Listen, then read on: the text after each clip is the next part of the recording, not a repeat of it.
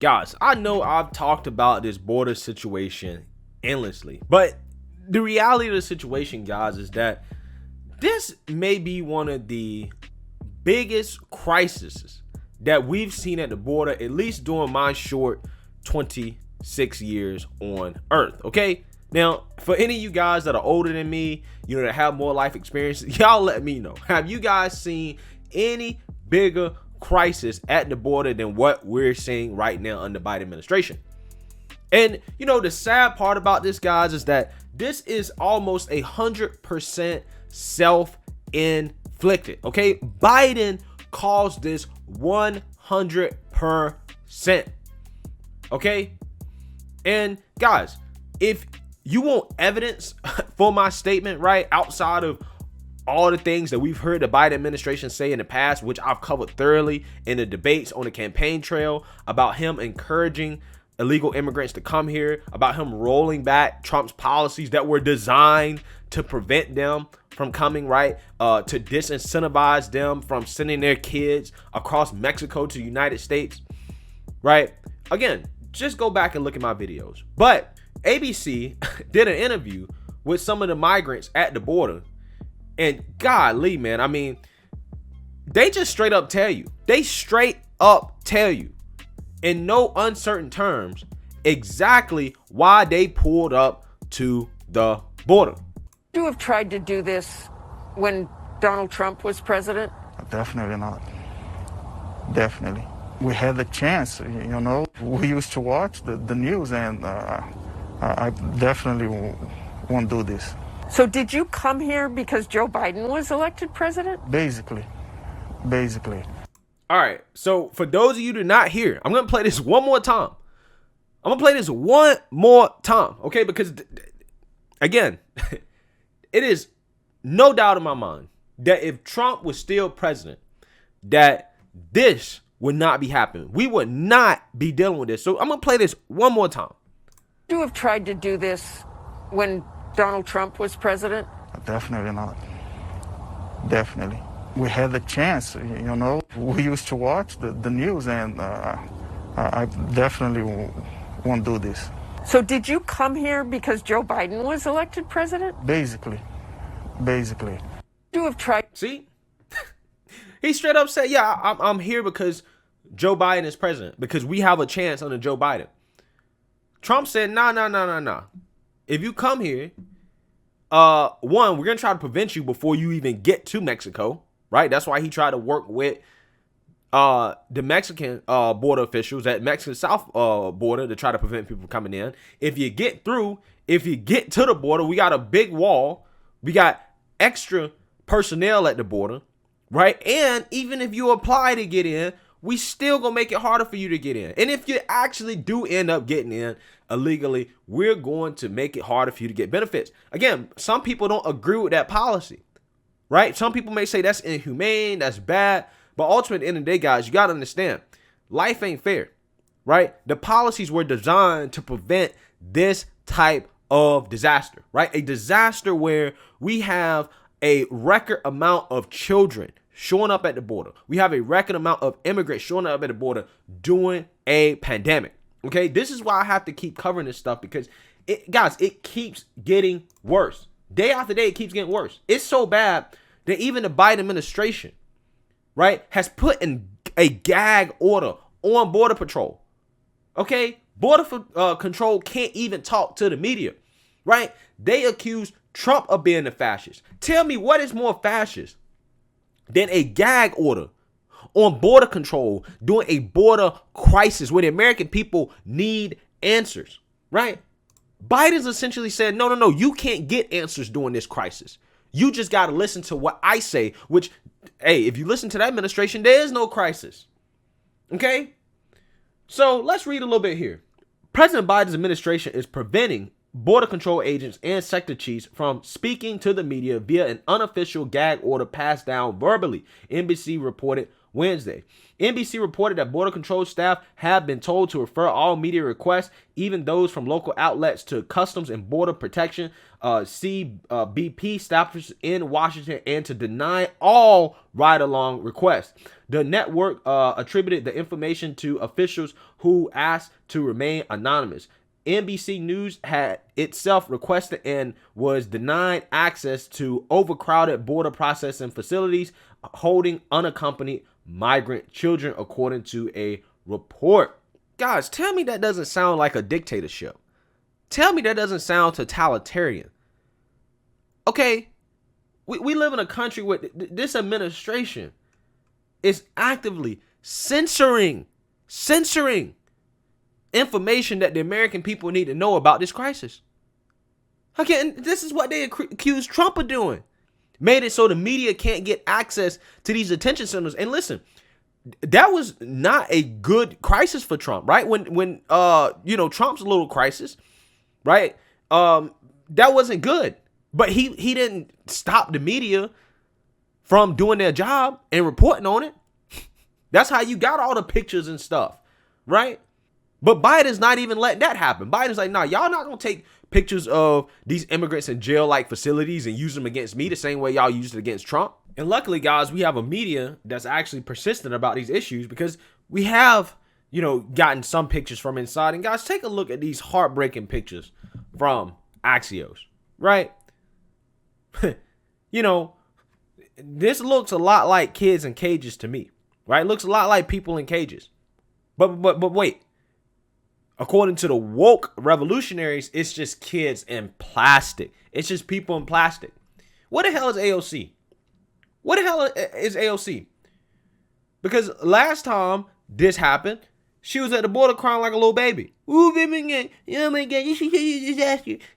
Oh my God, these kids are locked up, and this is so bad. This is so bad. Trump is so inhumane. Nothing. Crickets for Biden. I know AOC gave her little statement when it initially happened. Under no circumstances are kids in cages acceptable. Fair. Okay, that's fine.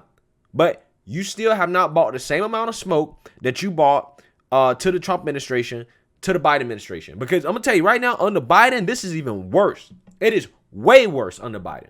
So I need to see some of this smoke from AOC. Where's that smoke, AOC? You need to be up there taking your photo ops, crying like a little baby. Okay, that's what I need to see. Right? You need to be out here criticizing, because otherwise, if you ain't criticizing the Biden administration, I don't want to hear nothing from you regarding this issue anymore. Nothing. Guys, this blows my mind how the Democrats are not only doing the things they accuse Trump of doing, but they've taken it to a whole nother level.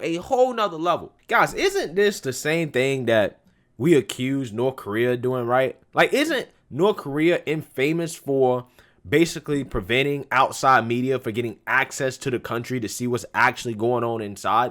Like, what is the difference between what Biden is doing and what North Korea does, right? Like, has Biden become Kim Jong-un? Okay? Seriously, that's a serious question. Because this, to me, is some North Korea type ish. Right, and it gets even worse. Okay, it gets even worse because the Biden administration, guys. This gonna make a lot of people upset. Okay, because the Biden administration is reportedly spending $86 million taxpayer dollars, your money, my money, on hotel rooms for migrants as his administration struggles to handle the surge of families and kids trying to come to the U.S. This is a hell of a headline, guys. $86 million. And when you break down the numbers, guys, it gets even worse, okay? President Joe Biden's administration has secured $86 million contract for hotels to house migrants, Axios reported Saturday. The contract comes as the president struggles to address the surging number of families and kids trying to enter the U.S.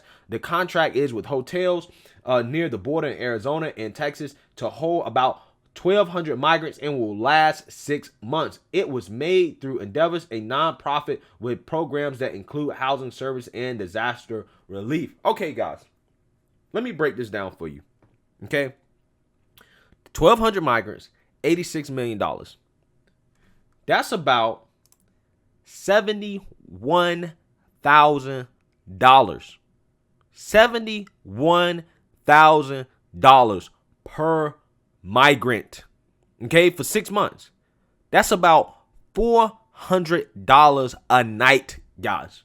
Now, I know the hotel industry is hurting, right, because of this pandemic, but this ain't the type of socialism that we need right now. You see what I'm saying, guys? I mean, seriously, guys, it's 71. Guys, these immigrants are receiving more money than the average salary in the U.S. for 6 months, guys. 6 months. Guys, that comes down to about $400 a night.